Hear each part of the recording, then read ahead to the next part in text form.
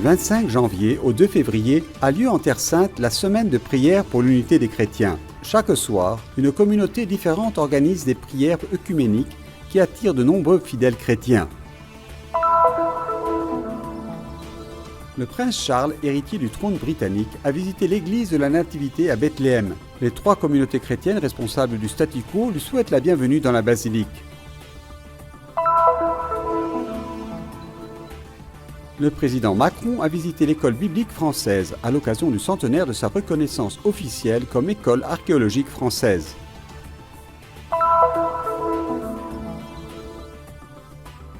Une lecture continue qui vous permet d'écouter entièrement certains livres de la Bible. À Jérusalem, l'initiative a eu lieu dans la paroisse hébréophone des saints Siméon et Anne.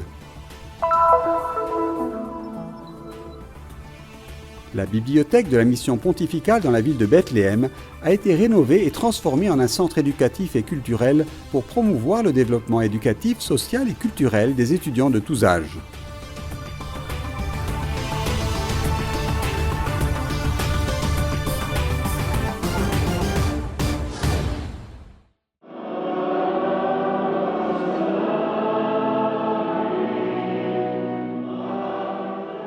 Du 25 janvier au 2 février a lieu en Terre Sainte la semaine de prière pour l'unité des chrétiens, une unité pour laquelle toutes les confessions chrétiennes se réunissent chaque année pour prier. Un défi et un engagement qui concerne Jérusalem d'une manière très spéciale, où les différences qui existent encore aujourd'hui sont évidentes, mais qui est aussi la ville au centre de la foi commune, le lieu de naissance de l'Église. C'est une émotion. J'étais là par hasard il y a 5 ans. Nous avions envie de revenir et nous en avons profité pour y être. C'est une expérience vraiment extraordinaire, d'une intensité et d'une charge émotionnelle difficile à décrire. Et c'est vraiment une occasion spéciale d'implorer que cette unité puisse grandir dans notre Église.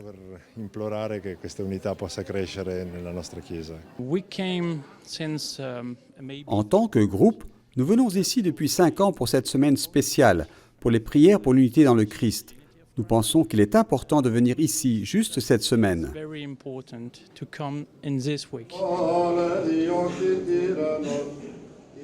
La prière du Calvaire ouvre la semaine. Célébrée selon la tradition grecque orthodoxe, elle a attiré de nombreux fidèles chrétiens d'autres confessions. En tant qu'Église locale de Jérusalem qui vit entre différentes dénominations, nous prions et suivons notre tradition. Bien sûr, nous espérons qu'un jour nous deviendrons une seule réalité comme nous l'étions au premier millénaire. C'est le désir que nous avons et notre travail spirituel. Nous vous souhaitons la bienvenue ici. Nous espérons qu'un jour, à l'avenir, nous pourrons officiellement prier ensemble, comme nous l'espérons tous, et nous espérons que ce jour ne viendra pas trop tard. Nous espérons que ce sera à notre époque. C'est le tour des prières œcuméniques organisées chaque soir par une communauté différente, par les anglicans dans l'église de Saint-Georges à Jérusalem, par les arméniens apostoliques dans l'église de Saint-Jacques, par les luthériens dans celle du Rédempteur. À lire ou à chanter, des textes choisis pour pouvoir unir tous les chrétiens.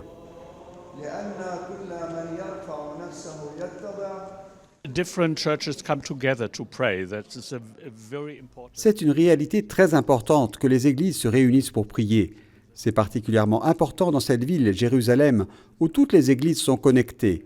Nous pouvons servir de modèle à toutes les églises du monde en priant ensemble et en promouvant la diversité de l'Église, mais dans l'unité dans le Christ.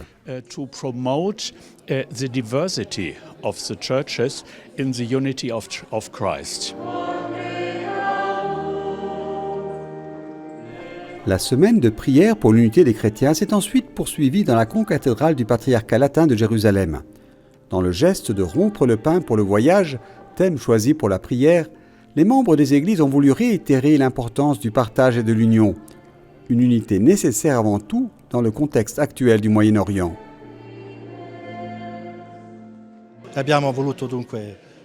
Nous voulions nous relier au concept de l'Eucharistie que nous ne pouvons pas partager, mais nous pouvons partager la vie. Et reconnaître nos divisions ne peut pas ne pas nous conduire à reconnaître la profonde division qui existe dans ce pays, division entre les peuples, dans la terre aussi, géographiquement. Rompre le pain signifie aussi reconnaître, rompre la vie avec eux, reconnaître leurs souffrances et prier pour la justice, pour la dignité, la reconnaissance de tous et surtout de ceux qui ne sont pas reconnus en ce moment, Et nous pensons, nous devons le dire au peuple palestinien. Dobbiamo dirlo al popolo palestinese.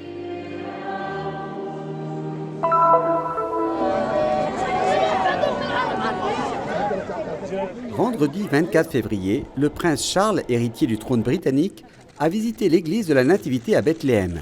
Il a été accueilli dans la basilique par les 3 communautés chrétiennes responsables du statu quo, en particulier le patriarche grec-orthodoxe Théophile III, le custode de Terre Sainte, frère Francesco Patton, et l'archevêque Sevan Garibian, grand sacristain du patriarcat apostolique arménien de Jérusalem. Dans son discours, le prince de Galles a déclaré que, depuis des années, il travaillait à jeter des ponts entre personnes de différentes religions, en accordant une grande attention aux défis des chrétiens du Moyen-Orient. Pour cette raison, la demande que les chefs des églises lui ont faite a été de soutenir la présence chrétienne en Terre Sainte, qui fait face à de nombreuses difficultés.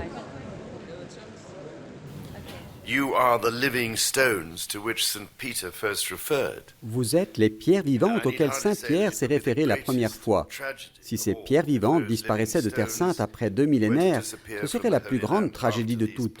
Cela me fait mal au cœur de continuer à voir tant de souffrances et de divisions. Personne en venant aujourd'hui à Bethléem a pu ne pas voir les signes des difficultés continues et de la situation à laquelle vous faites face. Je ne peux que vous rejoindre, toute la communauté, dans votre effort pour une paix juste et durable. Nous devons poursuivre cette voie avec foi et détermination. C'est la seule solution à cette souffrance. In your prayers for a just and lasting peace. We must pursue this cause with faith and determination, striving to heal the wounds which have caused such pain. Au terme de sa visite, le prince Charles, après avoir rappelé que chrétiens et musulmans vivaient ensemble sur cette terre depuis des siècles, a invité à cultiver l'espoir et l'optimisme afin que la paix et la justice dans la région puissent être réalisées.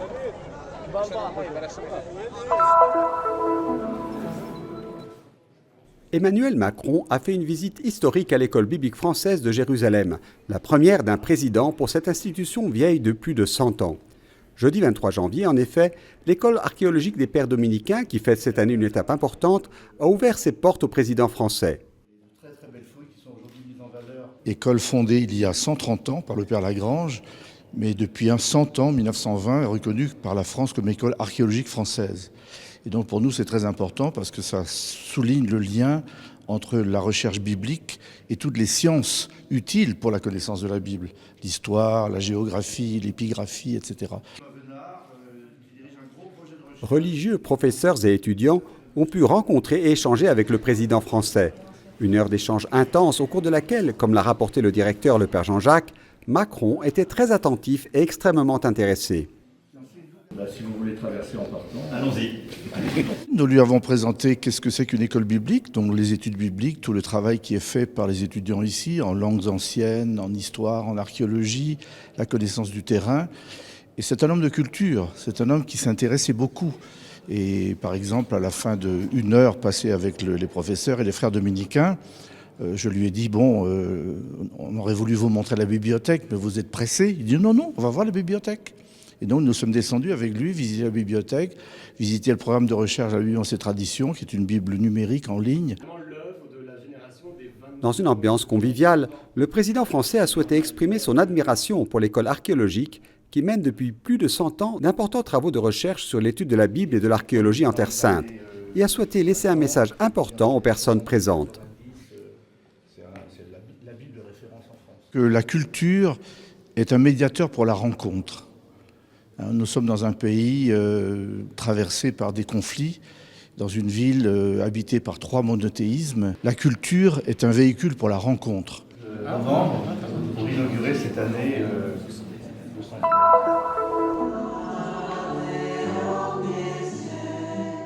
Une lecture continue qui vous permet d'écouter entièrement certains livres de la Bible, même en Terre Sainte, ce n'est pas la première fois. Mais cette année, l'initiative est liée au Dimanche de la Parole de Dieu, récemment institué par le pape François.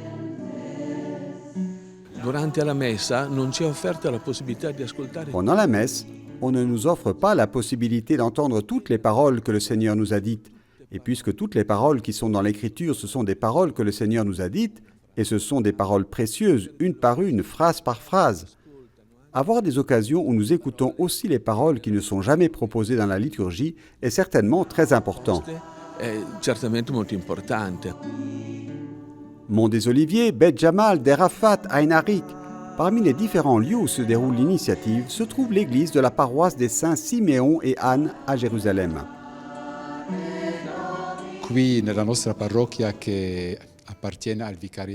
Ici, dans notre paroisse, qui appartient au vicariat des catholiques hébréophones, la Bible est très importante, car ici, c'est le pays de la Bible, donc nous aimons lire la parole de Dieu. Pour nous, la parole de Dieu a toujours été importante. Pendant la semaine, nous avons toujours eu un groupe dans lequel nous lisons et étudions ensemble la parole de Dieu. Je me souviens qu'une fois, un soir, nous avons pensé lire tout le livre des psaumes. C'était trop long, mais nous avons lu, chanté. C'était une belle soirée.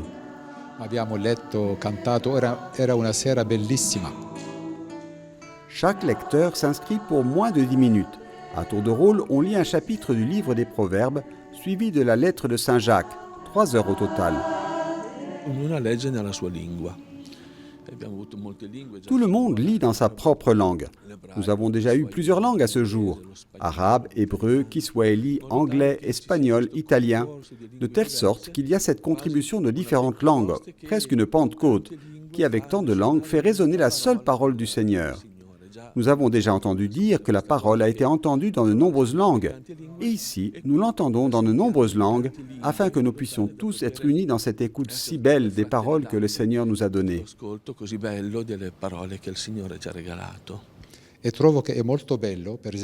Et je trouve très agréable, comme c'est le cas aujourd'hui, d'entendre un livre comme tout le livre des Proverbes.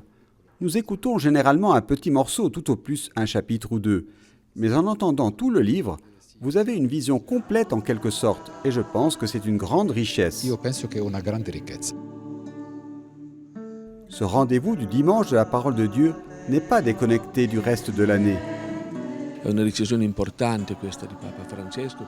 C'est une décision importante, celle du pape François, car le dimanche que nous allons commencer est en fait un frère jumeau de la fête du Corpus Domini, de sorte qu'à ce stade de l'année liturgique, nous avons 2 grandes fêtes, l'une de la parole et l'une de l'Eucharistie. Ce ne sont que des célébrations jumelles.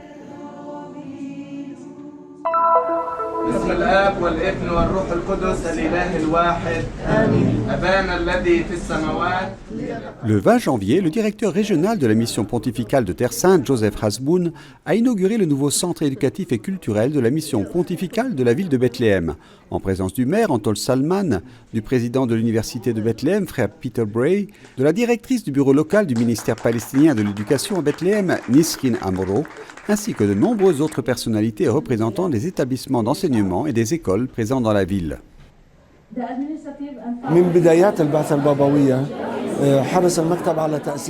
Depuis la fondation de la mission pontificale, nous avons eu un grand désir d'ouvrir des bibliothèques à Nazareth, Jérusalem et Bethléem. Avec les efforts des membres de l'association thérésienne qui gère cette bibliothèque à Bethléem, les activités se sont développées et étendues, et la fonction de ce lieu est allée au-delà de celle d'une bibliothèque. Il est devenu un centre éducatif et culturel.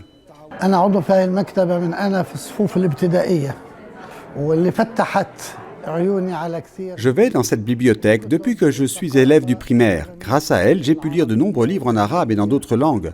Quand j'ai grandi, j'ai continué à visiter la bibliothèque avec ma famille, ma femme, et tous mes enfants ont commencé à y aller. Et aujourd'hui, nous l'utilisons tous.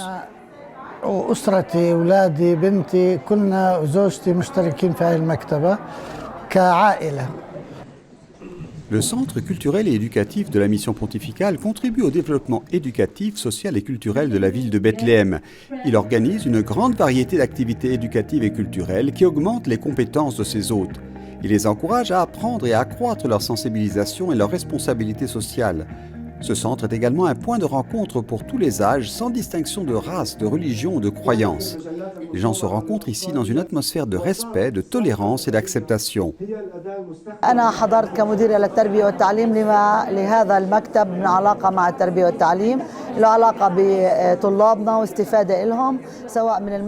Je suis venue ici en tant que directrice du bureau local du ministère palestinien de l'Éducation parce que ce centre a un lien étroit avec l'éducation. C'est quelque chose que nous devons à nos étudiants.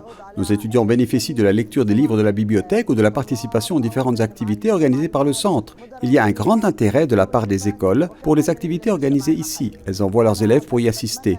Ce lieu est ouvert à tous les étudiants de la ville, hommes et femmes, enseignants et membres de la communauté locale.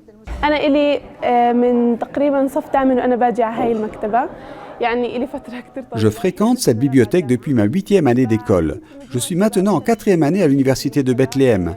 Je suis venu ici avec un groupe de jeunes pour participer à de nombreuses activités, comme les débats et discussions organisés par le centre. J'ai beaucoup aimé.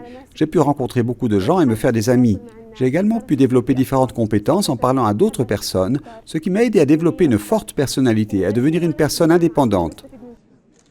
L'inauguration du centre éducatif et culturel de la mission pontificale à Bethléem fait partie des efforts constants de l'Église visant à soutenir la communauté locale et promouvoir son développement éducatif, social et culturel.